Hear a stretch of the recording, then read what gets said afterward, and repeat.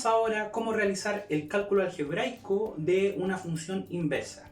Para esto a nosotros nos tienen que dar como enunciado una función definida desde el punto de vista algebraico, como es, por ejemplo, f de x es igual a 2x menos 1.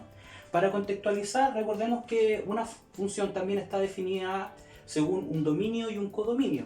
Este tipo de expresión corresponde a una función polinomial de grado 1. En términos simples tenemos una expresión donde x puede tomar cualquier valor para que esto sea posible de calcular. Se puede multiplicar por 2 independiente del valor que tengamos. Siempre va a ser posible realizar ese cálculo. En consecuencia, los valores que toma x corresponde a cualquier número real. Y rápidamente también podemos concluir que si este es un número real, al multiplicarlo por 2 y restarle 1, vamos a obtener otro número real. Entonces, nuestro dominio y nuestro codominio son los números reales. Veamos cómo se comporta esta función evaluándola en estos tres casos particulares. Ya sabemos que x puede ser cualquier número en realidad, cualquier número real, pero veamos qué ocurre, por ejemplo, cuando x vale menos 3. Si x vale menos 3, nuestra función f nos da como imagen 2 por menos 3 menos 1. 2 por menos 3 es menos 6 y menos 6 menos 1 es menos 7. Esto significa entonces que f de menos 3 es igual a menos 7. La imagen de menos 3 es igual a menos 7. Ahora, cuando x vale 0, 2 por 0 sería 0, 0 menos 1, menos 1. Entonces la imagen de 0 es menos 1. La imagen entonces de 0 es menos 1. Por otra parte, cuando x vale 5, tendríamos que calcular 2 por 5, 10, y 10 menos 1, 9. Entonces la imagen de 5 es igual a 9. F de 5 es igual a 9. Cuando nosotros nos piden calcular algebraicamente la función inversa, tenemos que encontrar aquella función que define la regla de modo que el menos 7 nos arroje como resultado, como imagen, el menos 3. Lo que tenemos que definir es esta función, la que sigue este sentido. Esta función le llamamos f a la menos 1, que no es lo mismo que 1 partido por f. F a la menos 1 entonces, elevado a menos 1, es la notación que se emplea para representar a la función inversa de f. Esta función inversa debería tener la propiedad de, si yo calculo f a la menos 1 de menos 7, entonces tendría que obtener menos 3, análogamente con los otros dos casos que tenemos acá. Para realizar este cálculo, lo que tenemos que hacer es escribir nuestra función en términos de las variables dependiente y la independiente. Lo vamos a reescribir así, reemplazando f de x por y.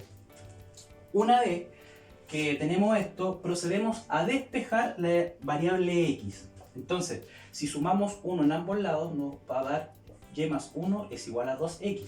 Ahora, si dividimos por 2 en ambos lados, vamos a obtener que x es igual a y más 1 partido por 2. O sea que aquí hemos encontrado entonces una expresión para obtener x, por ejemplo, a partir de un valor y dado, ¿ya? Por ejemplo, si mi y es menos 7, tendríamos acá que menos 7 más 1 es menos 6, y menos 6 dividido por 2 es menos 3. Acá entonces queda de manera explícita cuál es la relación, ¿ya? Cuál es la fórmula para establecer la relación entre un valor del codominio y del dominio. Ahora, las funciones nosotros estamos acostumbrados a escribirlas en términos de x, ¿ya? Donde x es mi variable independiente. Entonces, solo por una cuestión de notación, esto lo vamos a reescribir intercambiando las variables. O sea, x más 1 partido por 2 es igual a y. Intercambiamos los valores y ahora podemos decir entonces, ya, mi y ahora es mi función, es la que define mi función inversa. Entonces esto sería f a la menos 1 de x es igual a x más 1 partido por 2. En realidad, ya, lo vamos a escribir aquí de manera más ordenada. Según nuestros cálculos, la inversa de x entonces sería igual a x más 1 partido por 2. Podemos verificar que este cálculo esté correcto realizando el proceso inverso acá, comprobando, por ejemplo, cuando x es igual a 9, tendríamos acá 9 más 1, 10, y 10 dividido por 2 es 5. Efectivamente, entonces, f a la menos 1 de 9 es igual a 5. Ahora te propongo que veamos cómo sería calcular la función inversa de una función radical. ¿Ya? Por ejemplo, h de x es igual a 2 por raíz de x menos 5. Como dijimos anteriormente, conviene escribir esto en términos de y y x. O sea, en vez de poner h de x, escribimos y o y. Y esto sería igual a 2 por raíz de x menos 5.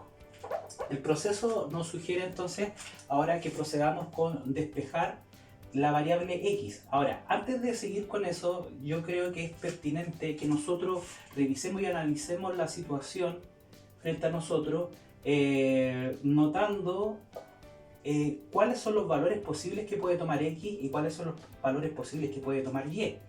Como x es una variable que es parte de una cantidad subradical que está dentro de una raíz, entonces tiene que cumplirse la condición de que x menos 5 sea un número mayor o igual que 0 para que podamos calcular la raíz. Entonces, para que x menos 5 sea mayor o igual que 0, es necesario que x sea mayor o igual que 5. Si x es igual a 5, que es el menor valor posible que puede tomar, entonces tendríamos acá 5 menos 5, 0, y la raíz de 0 la puedo calcular, ¿ya? Y 0 por 2 va a dar 0. Ahora, si x es un número menor que 5, por ejemplo 4, aquí tendríamos 4 menos 5 y eso es menos 1. Y la raíz de menos 1 no es un número real. Y como ya dijimos, nosotros nos vamos a concentrar en cálculos con funciones de variable real. Ahora, si el x puede tomar como menor valor posible al número 5, entonces tendríamos que y, el menor valor posible que puede tomar, considerando que esto es una función creciente, esta expresión crece a medida que x crece. Entonces, cuando x toma el menor valor posible, vamos a encontrar entonces el menor valor posible para y. Cuando x vale 5, que es el menor valor posible, toda esta expresión va a ser igual a 0. 5 menos 5, 0, raíz de 0, 0, y 0 por 2, 0. Entonces, el valor de y va a estar comprendido entre 0 y cualquier número mayor que 0. ¿Ya? A medida que el x va creciendo, el valor de y también va a ir creciendo. Ya tenemos claro entonces qué valores puede tomar x y qué valores puede tomar y. Es bueno tener presente esto para ver más adelante qué cálculos se pueden hacer y cuáles no. Ahora, continuando con el proceso que consiste en despejar la variable x, podríamos, por ejemplo, acá sugerir dividir por 2 en ambos lados y obtendríamos y medio es igual a raíz de x menos 5. Luego podríamos proceder con elevar al cuadrado en ambos lados de la ecuación. Y al cuadrado es y al cuadrado, 2 al cuadrado es 4. Y raíz de x menos 5 al cuadrado, entonces sería igual a x menos 5. Por último, tendríamos acá que sumar 5 en ambos lados, lo cual nos conduce a y al cuadrado partido por 4 más 5 es igual a x. Menos 5 más 5 es 0. Entonces, podemos reescribir nuestra función inversa haciendo el intercambio de la variable x con y para que la variable independiente quede en términos de x. Entonces, esto quedaría como x cuadrado más 5, x cuadrado partido por 4 más 5 es igual a y. De aquí, de esta expresión, ¿ya? Podemos obtener entonces la función inversa de h a la menos 1 de x, como x al cuadrado más 5, x al cuadrado partido por 4 más 5. Esta sería entonces la función, así estaría definida entonces la función inversa de h. Para concluir esta cápsula sobre el cálculo de función inversa, creo pertinente que revisemos el caso de una función cuadrática. Como puedes ver, una función cuadrática en realidad corresponde a un caso de una función polinomial de grado 2 y en consecuencia su dominio son todos los números reales. Sin embargo, sus recorridos no son todos los números reales. Esto trae consecuencias a la hora de determinar la función inversa. Si nosotros consideramos que el dominio de esta función son todos los números reales, en rigor no existe una función inversa, ¿ya? Pero para efectos de cálculo como el que estábamos realizando nosotros, que nos íbamos a limitar al cálculo algebraico de la función inversa, de todos modos podemos proceder como lo habíamos hecho en los ejemplos anteriores. Sería conveniente, tal vez de manera optativa, que revises acerca de las restricciones de una función para que pueda tener inversa, ya que no siempre una función tiene inversa. Ahora, eso puede ser tal vez materia de profundización quizá para el próximo año. Ahora, si me plantean un ejercicio donde me piden calcule la inversa de esta función, nos vamos a limitar al procedimiento algebraico que empleamos en los ejercicios anteriores, que consiste en escribir todo esto en términos de y x. La idea es entonces despejar la incógnita x. En este caso no es tan simple como en los anteriores, pero de todos modos, si observas con detención, podrás darte cuenta que este trinomio en realidad corresponde a un cuadrado del binomio. Me refiero a x más 5. Este trinomio entonces corresponde a x más 5 al cuadrado. Puedes revisar x al cuadrado, ahí está, x por 5 por 2 da 10x y 5 por 5 es 25. Ese es el cuadrado del binomio.